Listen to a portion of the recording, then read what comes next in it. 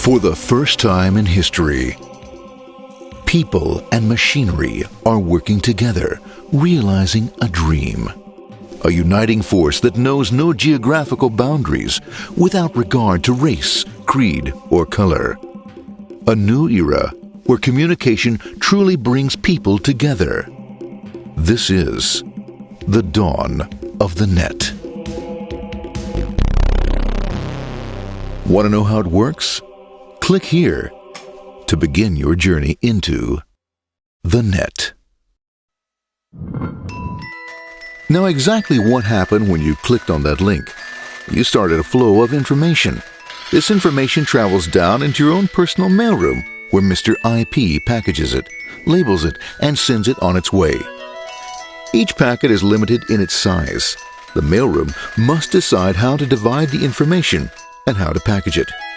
Now, the package needs a label containing important information, such as sender's address, receiver's address, and the type of packet it is.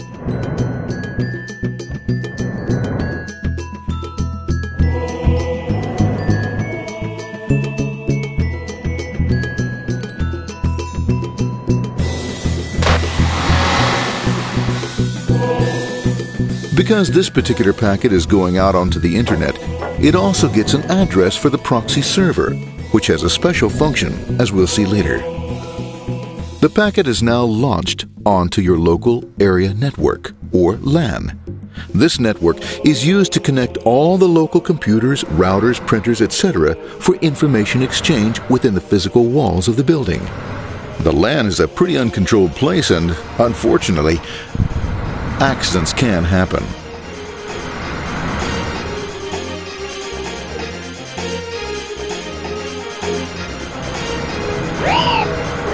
The highway of the LAN is packed with all types of information.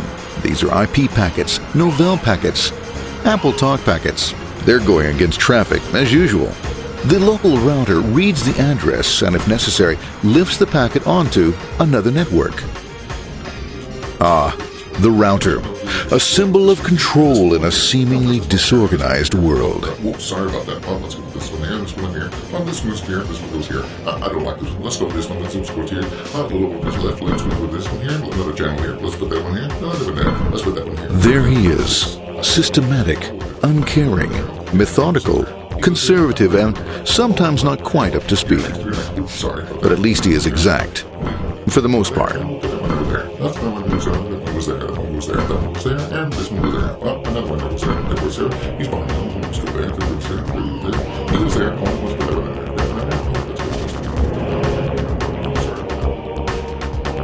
there. As the packets leave the router, they make their way into the corporate intranet and head for the router switch.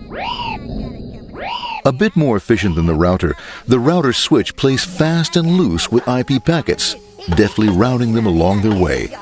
A digital pinball wizard, if you will. Here we go. Here comes another one. And it's another. Watch this, Mom. Here goes. Whoop, we're on the back. Hey, in there, in there, in there. Over the left, over the right, over the left, over the right. You got it. Here it comes. Right out. He shoots. He scores. It's going. Hey, wait. Hey, watch out. Here comes another one. Oh, here we go. And it's gone. As packets arrive at their destination, they're picked up by the network interface, ready to be sent to the next level. In this case, the proxy. The proxy is used by many companies as sort of a middleman in order to lessen the load on their internet connection, and for security reasons as well. As you can see, the packets are all of various sizes, depending upon their content.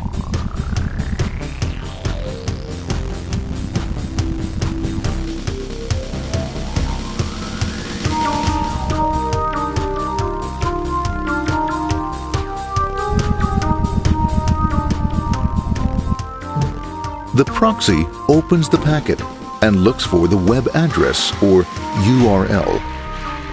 Depending upon whether the address is acceptable, the packet is sent on to the internet.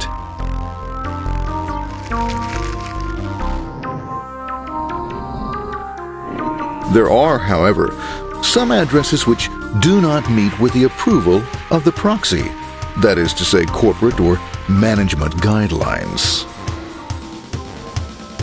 These are summarily dealt with. We'll have none of that. For those who make it, it's on the road again.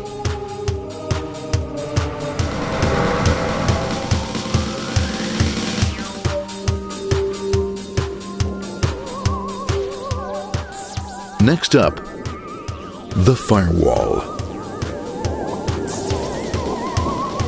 The corporate firewall serves two purposes. It prevents some rather nasty things from the internet from coming into the intranet, and it can also prevent sensitive corporate information from being sent out onto the internet.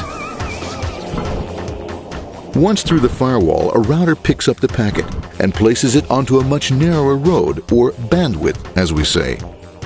Obviously, the road is not broad enough to take them all. Now you might wonder what happens to all those packets which don't make it along the way. Well, when Mr. IP doesn't receive an acknowledgement that a packet has been received in due time, he simply sends a replacement packet. We are now ready to enter the world of the Internet. A spider web of interconnected networks which span our entire globe.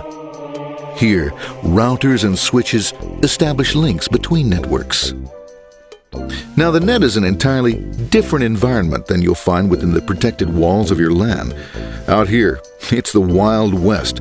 Plenty of space, plenty of opportunities, plenty of things to explore and places to go. Thanks to very little control and regulation, new ideas find fertile soil to push the envelope of their possibilities. But because of this freedom, certain dangers also lurk. You'll never know when you'll meet the dreaded ping of death. A special version of a normal request ping, which some idiot thought up to mess up unsuspecting hosts. The paths our packets take may be via satellite, telephone lines, wireless, or even transoceanic cable. They don't always take the fastest or shortest routes possible, but they will get there. Eventually. Maybe that's why it's sometimes called the worldwide wait. But when everything is working smoothly, you can circumvent the globe 5 times over at the drop of a hat. Literally. And all for the cost of a local call or less. Near the end of our destination, we'll find another firewall. Depending upon your perspective as a data packet, the firewall could be a bastion of security or a dreaded adversary. It all depends on which side you're on and what your intentions are. The firewall is designed to let in only those packets that meet its criteria. This firewall is operating on ports 80 and 25. All attempts to enter through other ports are closed for business.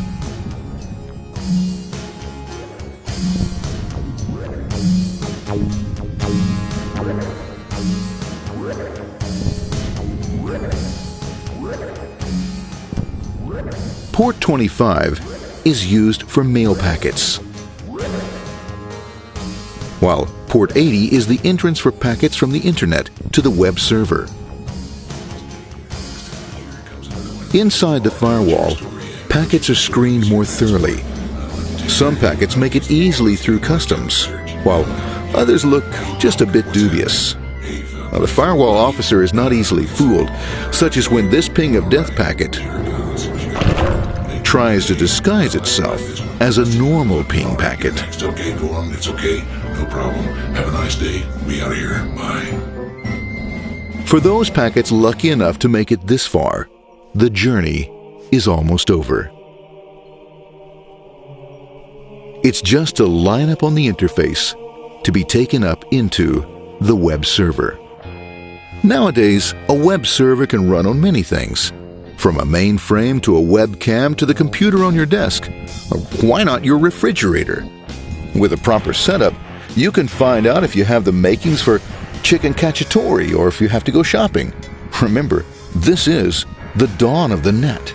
Almost anything's possible. One by one, the packets are received, opened, and unpacked. The information they contain, that is, your request for information, is sent on to the web server application.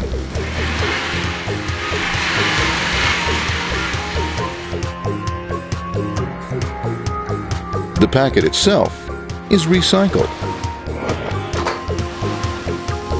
ready to be used again, and filled with your requested information.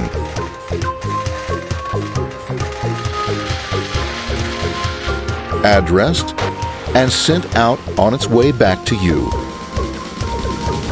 Back past the firewall, routers, and on through to the internet.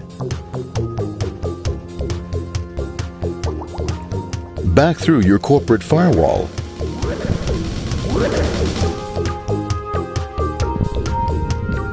And onto your interface. Ready to supply your web browser with the information you requested. That is, this film.